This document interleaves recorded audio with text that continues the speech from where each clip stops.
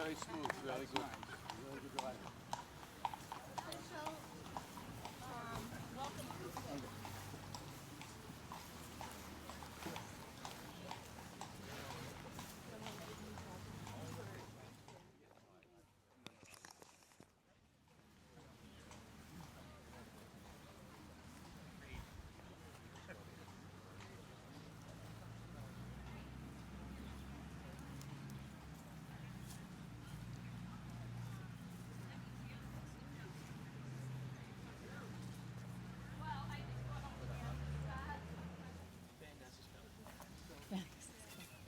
Mesdames, bonjour.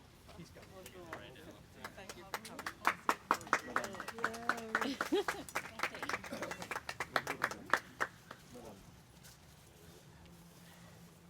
Couronne. Ah, merci.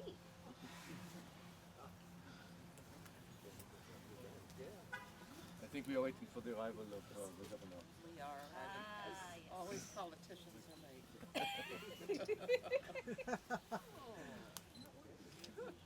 I shall visit before my return south to Washington City, and so I'm very, very grateful to be here, and I thank you all for your welcome. Merci de votre accueil. It is a wonderful opportunity for me to now have visited all 24 states in the Union. Can you imagine? In 1825. Wow. I thought I should never see this day, but I'm very, very happy to see that now this proud state of Vermont is independent and part of the Grand Confederation of the United States. I'm so pleased to see after almost 50 years. So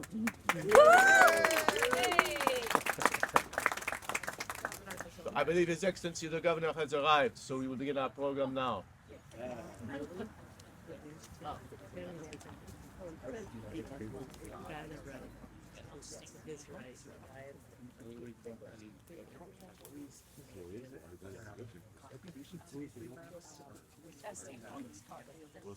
General Lafayette, Governor Van Ness, Ms. Linda Ely, Regent of the Thomas Chittenden Chapter of National Society of Daughters of the American Revolution, and your colleagues, local dignitaries, welcome. Today we stand on sacred ground, surrounded by the final resting places of men who answered the call of a fledgling nation and helped forge the United States of America. Here in Windsor, Vermont, lie the veterans of the Revolutionary War, ordinary farmers, craftsmen, citizens, who became extraordinary through their courage and sacrifice. These brave souls left their homes, families, livelihoods to march with Washington's Continental Army through the bitter winter of Valley Forge, to stand firm at Bunker Hill, and to cross the icy Delaware River on that fateful Christmas night. They endured hunger, cold, and uncertainty, sustained only by their belief in the radical idea that people could govern themselves.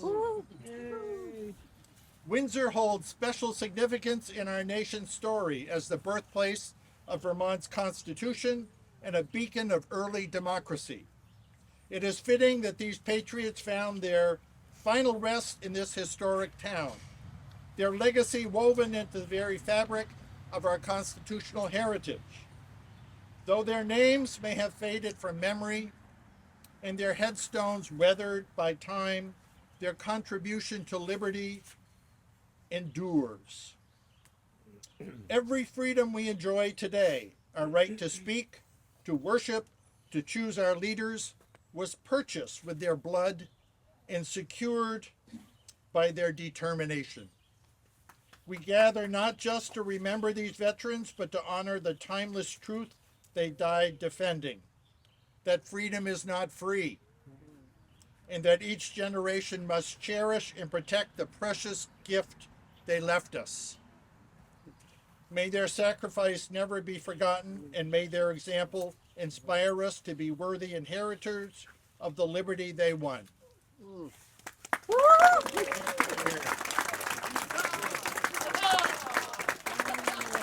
Governor Van Ness. General Lafayette, permit me to tender you the congratulations and the hospitalities of the people of this state on your arrival within its borders.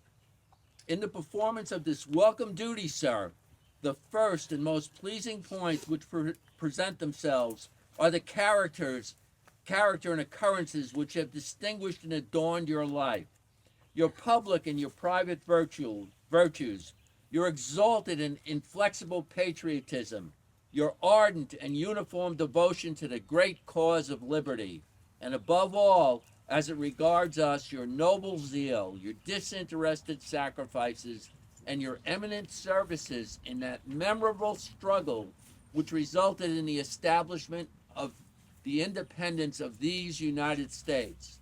But to dwell minutely on these could only be a repetition of what has been 1,000 times said and published, and the recital of which, in new and glowing terms, has but recently greeted your ear, and I trust cheered your heart at every step throughout this happy and rejoicing country, a country which at the same time acknowledges you as a father and proudly claims you as a son. But though our tongues have been forestalled, our hearts are not the less full. They have indeed been constantly and tenderly alive to all your movements and whatever concerns you while traversing the Union. But it has been reserved to an hour in which our soil is hallowed by your tread, for them to pour out without measure the libations of their gratitude and their affection. That these are now rushing forth from their overflowing fountains in torrents behind whose rapidity any language of mine cannot but lag, is sufficiently seen in the intense and adoring gaze of the crowd by which you are surrounded. General, I have the honor to represent on this interesting occasion a people plain and hardy, but intelligent and virtuous, industrious cultivators of the earth, but enjoying on their lofty hills and in their lowly valleys comfort and independence. Sincerely attached to the Constitution and government of their country, they will never shrink from any sacrifices necessary to support and defend them. And if it may become me, I would add that their bravery and patriotism have been severely tested in the darkest hours of peril and dismay, and found firm and immovable as the mountains which majestically stretch themselves through the midst of them. It is, too, a source of no small gratification to me that they can number among them many of the worthy veterans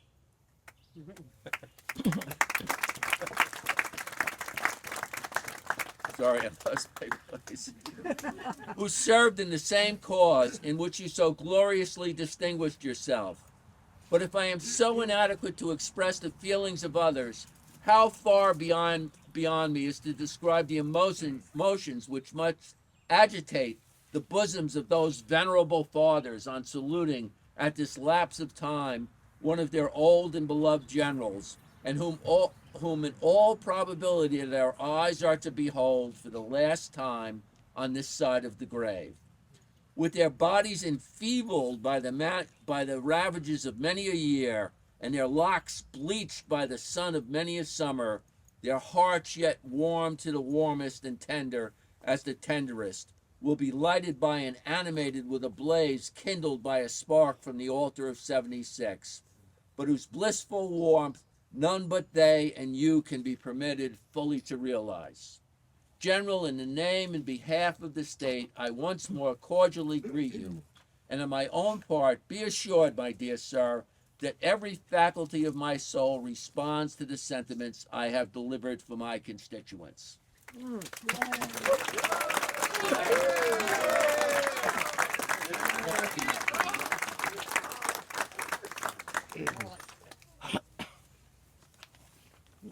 Excellence, the testimonies of esteem and affection bestowed upon me by the people of Vermont and their representative and chief magistrate are the more gratifying as I had eagerly anticipated the pleasure in my hurry visit through the United States once more to behold those celebrated mountains, the very thought of which recalls to my mind glorious, patriotic, and endearing associations.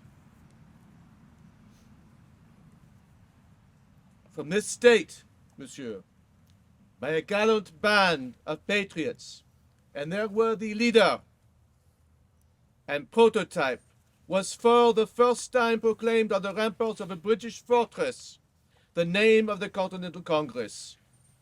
Nor ever did the vicinity of the enemy on the northern frontier and family difficulties on every other side one instant cool the ardor of the sons of Vermont to defend the general cause of American independence and freedom. Now I have the happiness to see the hardy and virtuous inhabitants of this state peacefully cultivating their lofty hills, their handsome valleys, with the intelligence and spirit which characterize them.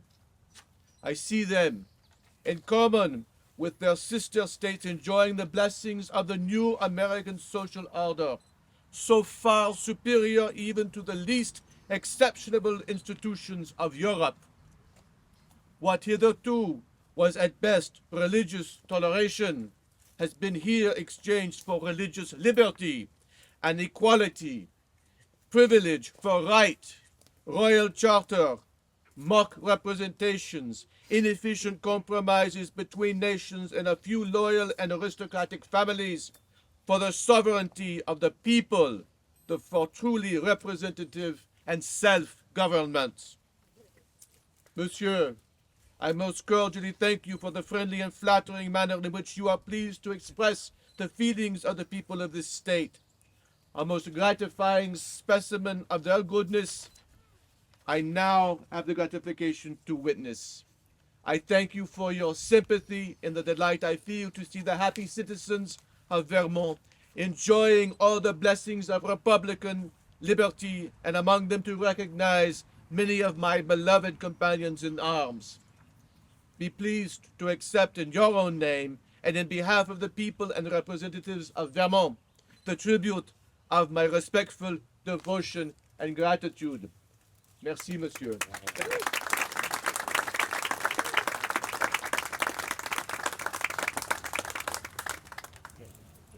On behalf of the National Society of the Daughters of the American Revolution, welcome to our ceremony. We are honored today to place a wreath in remembrance of Caleb Stone, soldier of the Revolution, and in recognition of all who fought bravely for American independence 250 years ago. O God, we invoke your blessing upon our assembly today as we gather to honor and pay loving tribute to Caleb Stone and all who we honor from the Revolutionary War. Help us not to forget the past and make us ever mindful of the courage and self-sacrifice of these brave soldiers who have gone before us. We come together to pay the highest honor to Caleb Stone, who here lies buried in remembrance of the heroic men and women who lived with honor and devotion to the cause of freedom. As our forefathers were inspired with faith and hope in the struggle for liberty and independence, it is our hope that we may emulate the achievements of former times. May we be ever faithful in preserving these freedoms for those who come after us. We give thee thanks, Almighty and everlasting God, for records of the past which give inspiration and hope in the deeds and actions of those who valued freedom above all else. Nothing is really ended until it is forgotten. Whatever is kept in memory endures. Therefore, we, as members of the National Society, Daughters of the American Revolution, together with our esteemed General Lafayette, place this wreath in grateful recognition for the courage and sacrifice of our forebears. May it help to keep alive an appreciation of our heritage.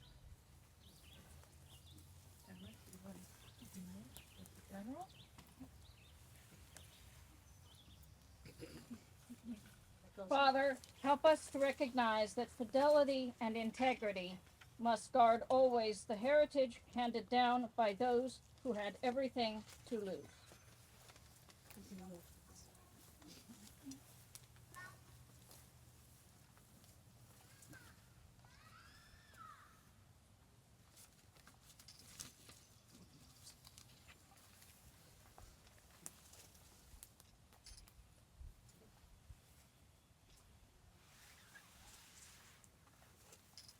This concludes our ceremony.